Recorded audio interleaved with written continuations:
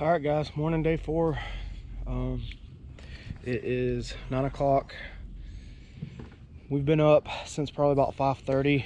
Had a storm roll in on us, a lot of thunder, lightning, downpoured for a little bit, so we just took our time getting up and getting ready this morning. We tried to dry off and wipe everything down before we packed it away, clean the boats out real good, made sure all the sand and stuff was off everything so we don't get any abrasion. The sun was peeking through a little bit a while ago, but it's still early. It's supposed to get up to like 85 today, I think, again. We've got this first section is like 9 miles, 8 miles, 9 miles. And by the guidebook, the end of the section is marked at Knox Bridge. And then from Knox Bridge, the next section is the tailwaters of the Etowah right here into the lake, and then across Allatoona to the dam is like a 17-mile paddle. So it's probably doable in one day, but we're gonna have a lot of flat water paddling once we hit the lake, so I really don't know how fast we're gonna be moving. We'll probably make camp one more night and finish out tomorrow. But this area that we camped in was pretty weird. It was a cool campsite, but we were kind of tucked back up in there in the woods, try to stay under the trees as much as possible. But just right down there above those trees is Cherokee County High School, and they had the stadium lights on. They were on pretty much all night, so it was like daylight out here. We could see, I mean, we could have came out and paddled this stretch of river and been able to see all the strainers and everything, no problem. And me and Nathan were talking about it this morning, how weird it was, like, to look out from your hammock one way and it be completely dark, and then look the other way and it looked like daylight. But everything's good right now. I feel pretty good. I slept good last night. I got a new hammock. It's an ultralight deal, and I strung it up a little different than what I was the first couple nights, and I definitely slept longer and more than I was the previous nights in my other hammock. So Nathan said he slept pretty well. So we're gonna get this day started and see what it has to offer. We had some weird stuff going yesterday. Hopefully we don't have any weird shit like that going today. We're both kind of wary of side pops and stuff now, so y'all come along for the ride. That's a sweet boat, center console.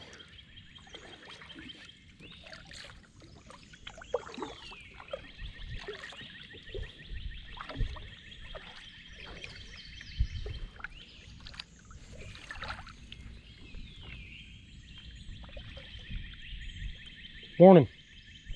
Good.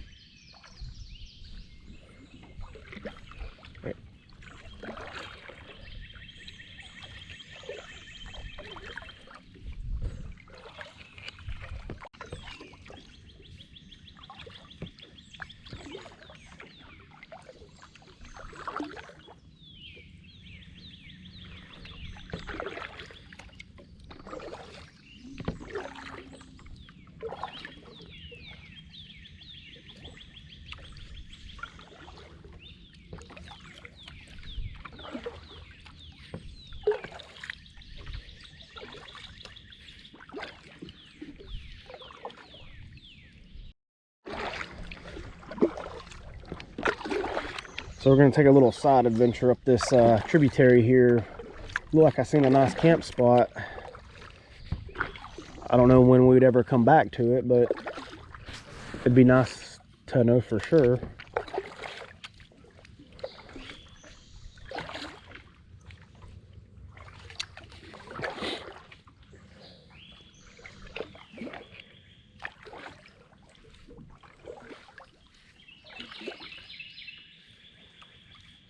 This is a cool place right here.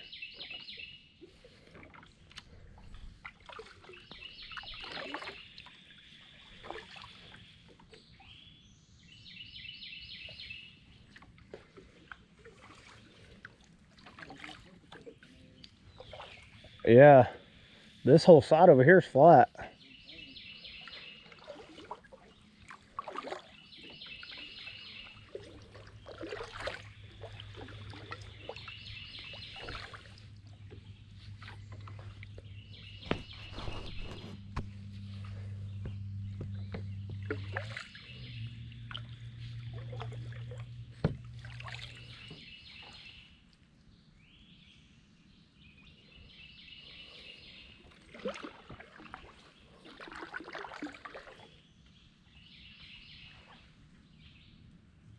Looks like that's exactly what people's been doing too.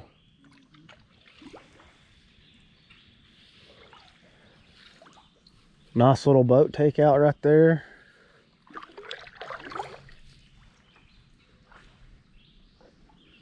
Yeah, I guess you could put in it like up there at Nomadic Flow and float to Knox Bridge and camp overnight. That'd be kind of cool. I just wonder how easy this river is to navigate with a little bit lower water.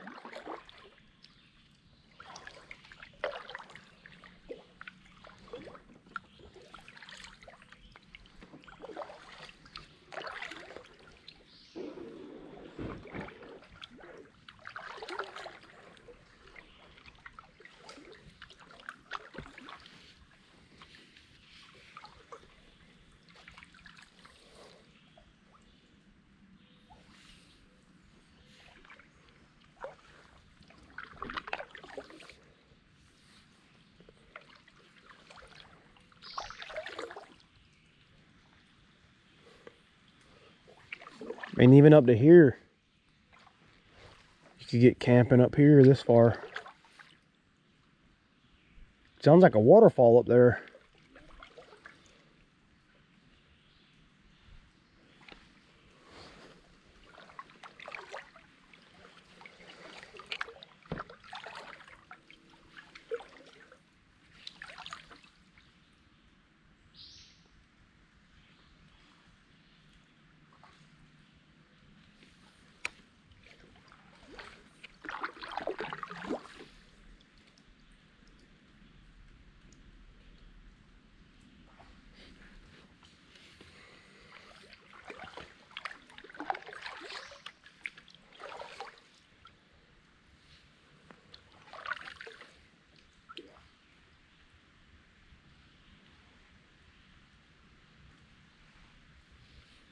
Watch out for them flying critter nests.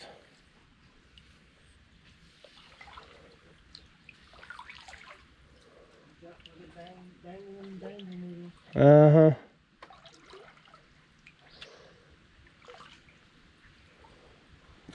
And spiders. That's probably the worst thing.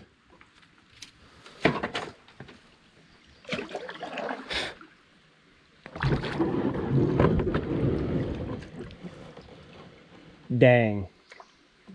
I was hoping to get on up yonder and see what that noise is.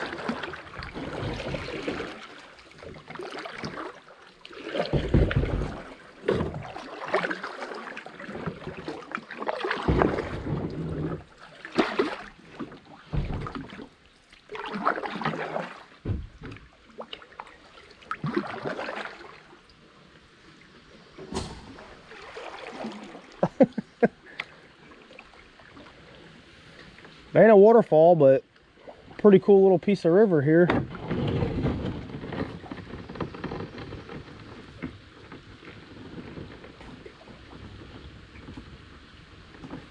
Creek, whatever.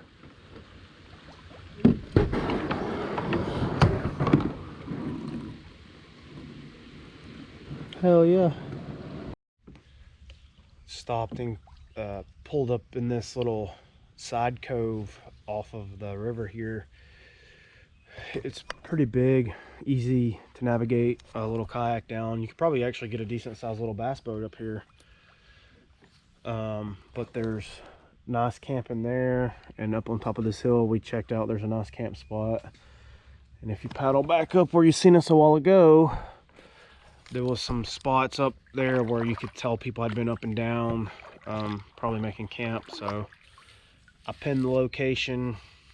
I'm hoping this water isn't always this dirty. I think maybe just because it rained this morning and it's just flushing out. This would be a really cool place to bring my kiddos back and do an overnight with.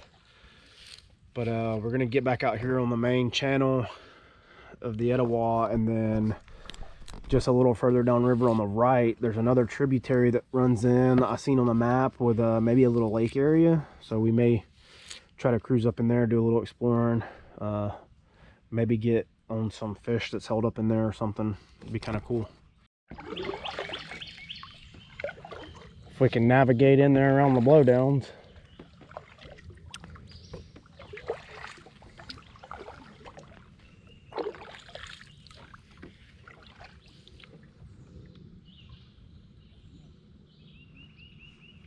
Huh? Where's that?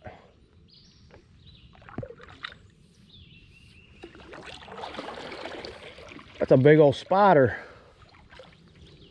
Oh, spider. Yeah, it looks like one of those banana spiders though.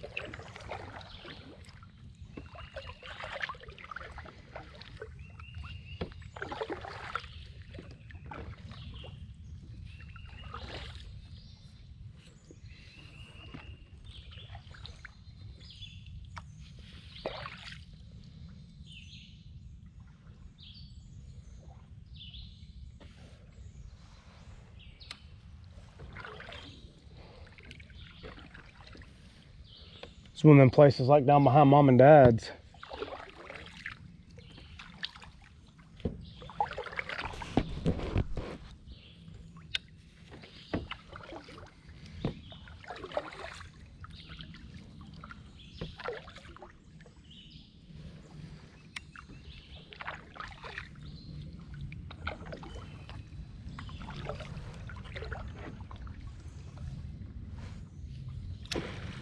Jesus.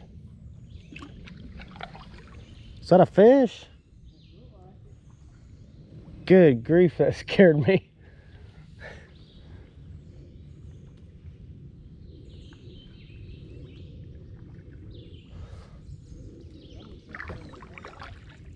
Huh? Yeah. I seen that back there.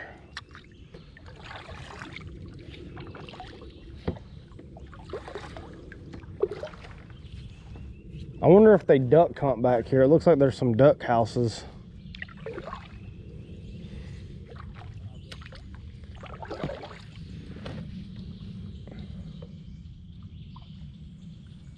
Had you a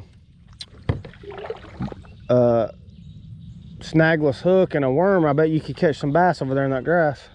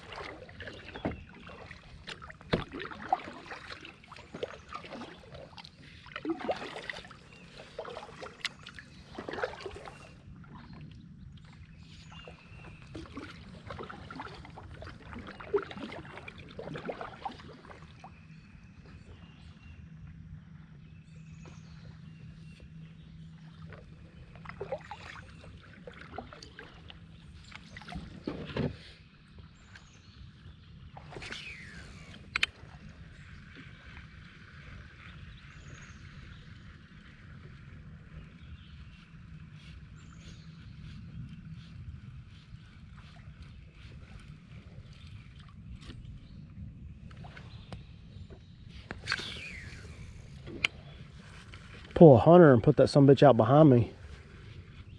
Do a little trolling.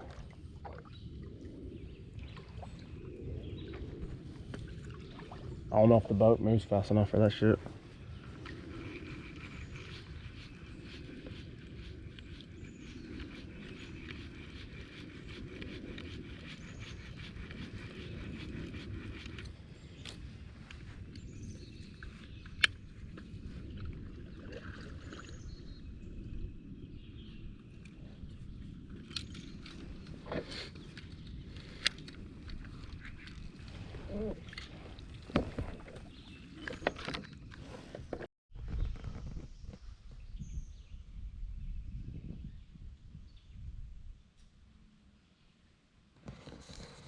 So we've been paddling about 2.5 hours, and we've made it maybe 6 miles. Basically, since we left the campsite, we had one little shoal, and then it's just been like 100 yards wide and flat paddling. Basically, I'd say this is probably like a cove of the lake, even though it's still defined as Etowah River until Knox Bridge, maybe even a little further, but to me it's just part of the lake. It doesn't move at all.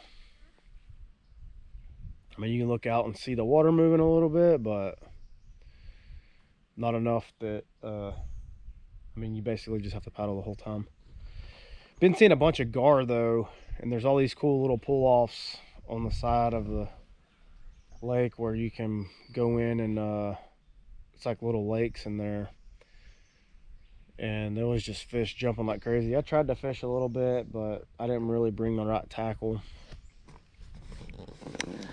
Trying to get some kind of seating situation figured out. Our backs are killing us, but like we had said originally, these boats really aren't made for expedition kayaking, really. They're just like a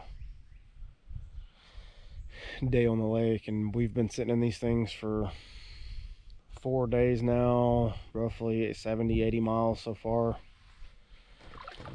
But we'll finish it out, we'll get it done, and we'll stop again here in a little bit and have lunch, and we'll check on the GPS and see if we can't find us a spot to shoot for to camp a little bit later on. All right guys, so we made it to Knox Bridge. This is Lake Allatoona that we're looking at here, and the original plan was to stop here, and then we gained an extra day, so we decided, oh, we'll just paddle across the lake, which is like a 17-mile paddle to the dam. But shortly after we left this morning, there was just a deep, open, wide, flat, no shade, and paddling into like a 15-mile-an-hour headwind, so we just decided to call it here.